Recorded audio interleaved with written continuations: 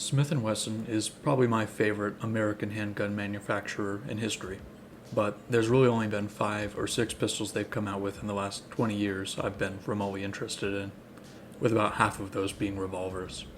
The Bodyguard 2.0 from Smith & Wesson has been out for a little over a year and a half now. What is this? It's a double-stack, striker-fired, polymer-framed pistol chambered in .380 ACP. It came in a normal Smith & Wesson cardboard box with one 10-round mag, one 12-round mag, and assorted papers. Quickly going over the gun, you have a very skinny slide with these fat grooves on the front and rear that continue a little bit on the top of the slide. They're using this style of cocking serration on a lot of their newer guns, like the M&P 5.7 or the new Shield X. The sights are somewhat of a U-notch rear sight with an orange dot front sight. The frame is a lightly textured polymer with more heavy texture on the rear of the grip, the front strap of the grip, and a spot forwards of the takedown lever meant for your support hand thumb. It's definitely grippy, but not enough to be a snag concern in my opinion. The trigger is nice, but has a very soft feeling reset, which tripped me up at first. The controls are easily the worst part of this gun.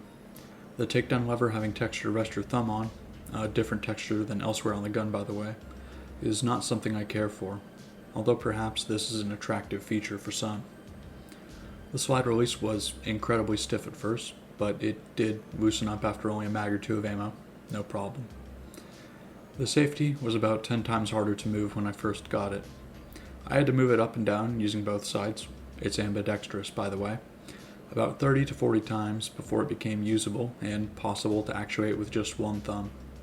If you're giving this gun to someone who has little hand strength, or you yourself have little hand strength, I would do this as soon as you get it. I know there's both a version of this gun, with and without the safety, but I really don't like when something feels like it's been added on just as an afterthought. It's ridiculously tiny, and definitely not conducive to flicking off when you draw. There's also the little textured patch forward of the slide takedown lever, present on both sides. I'd sit here and tell you why I don't especially like the idea of resting your support thumb that close to the slide, at least on this small of a gun. But, to be honest, unless you have small hands, or at least much different hand proportions than mine, you won't be able to rest your support hand thumb on that textured pad at all. I sure can't.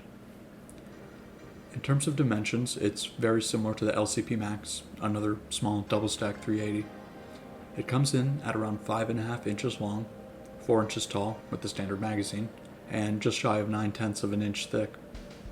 So a little longer than the LCP Max while being a little thinner. I find the comparison between the two to be important, not just because they're so similar and competing for the same space, but to illustrate the size of the Bodyguard. When I looked at it online, I didn't get a sense of how small it was, because it does look quite different from most pocket pistols you think of, with that long beaver tail, low bore axis, and fairly curvy grip. I'm including shots of the Bodyguard compared to some other, smaller carry guns because seeing it in another person's hand doesn't always give you a sense of how it will fit in your hand. In terms of reliability so far, I've shot 400 rounds of various FMJ 380, New Republic, Federal, CCI, and one single box of Hornady FTX hollow points. I experienced 0 malfunctions. Not a lot of rounds, but for a pocket pistol, that's a decent start. The accuracy was really quite decent in my opinion. I'd be hard-pressed to find too many guns of comparable size that I could do better groupings with. Now, while something like a thinner loophole Delta Point Micro would be pretty cool on this, you can get this gun cut for an RMSC or use a dovetail mount if you want a red dot on this gun. Obviously there will be some overhang on the sides of this really thin slide. I'm not too pressed on that matter though, as I do think the irons are quite decent. There's also the new Viridian RFX 1 custom green dot for the Bodyguard that I'll be reviewing soon. What I am slightly bothered about is the lack of any sort of weapon light after a whole year of it being out. You could easily have a light like the Reactor TL for the Ruger LCP that clamps on the trigger guard, but neither Smith & Wesson or any other company has capitalized on giving one of the most popular new carry pistols a light. Again, a minor annoyance, but something that may be a make or break for you. So, while nothing it does is revolutionary, it does combine some nice features from other guns in a unique package. There was more thought put into the ergonomics of this gun than most pocket guns. Not to say it doesn't have flaws, but it's hard to deny it's more comfortable to shoot than other guns of its size. Do note that many people have experienced quality control problems with their Bodyguard 2.0s, but I'm basing my rating completely off of my own experience with this gun. It's a 3.5 out of 5 to me.